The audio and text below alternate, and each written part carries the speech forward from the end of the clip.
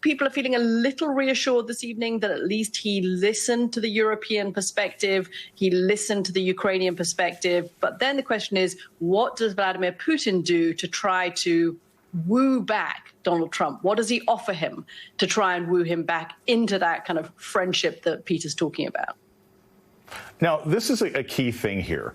President Trump, after his first term, when he was out of power, he basically hollowed the Republican Party out of any actual experts when it comes to Russia, when it comes to Soviet. He didn't want anyone around who would tell him no. The only person in his administration that might understand anything about this is Marco Rubio, who he sidelined. Melania might actually know more about Russia and Eastern Bloc companies than anybody who was actually in his administration. Is it possible, despite listening to the Europeans, Trump doesn't even know what ground rules to set? Because it's not like he necessarily knows what's at stake. Is he even capable of setting standards with Putin when he's so uninformed? Look, I don't think anyone would say that Donald Trump was fascinated by details of foreign policy or domestic policy necessarily, right? He wants the win. He wants the deal. Right. He wants the meeting. And I think it's been really interesting to watch the White House over the last couple of days lower expectations for this. I mean, Donald Trump went into this suggesting almost that he had the deal and the Nobel Prize was going to come the next day.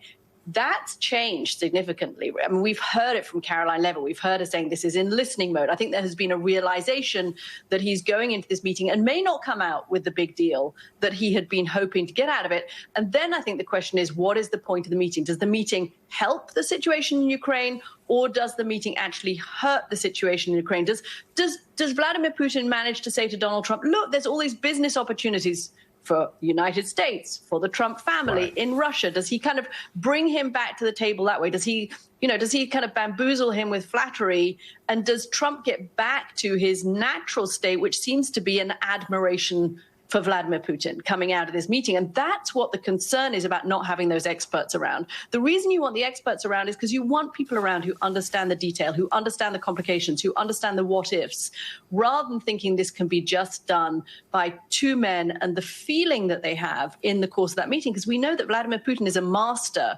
at somehow making Donald Trump feel that they are friends or people who should just do business together. And that's clearly not the situation here. And quickly here, the fact that this meeting is taking place with President Donald Trump and Vladimir Putin and Zelensky is not involved, do you think that makes it more or less likely that any deal actually occurs? Because you're basically setting this up to look like the U.S. versus Russia and the Ukraine on the side, even though the Ukraine war is the reason the meeting's happening. Well, the interesting thing that came out of that meeting with the Europeans is they do seem to have agreed to a set of 5 principles, which include Ukraine having a say in any territorial discussions and in any ceasefire negotiations that might lead to a territorial discussion. So I don't see a meeting coming up between Vladimir Putin and Zelensky. Putin seems to have huge disdain for Zelensky, but I do think the Europeans at least feel they've got Ukraine at the table, which is as much probably as they can expect at the moment. Katty Kay, thank you so much for joining us tonight.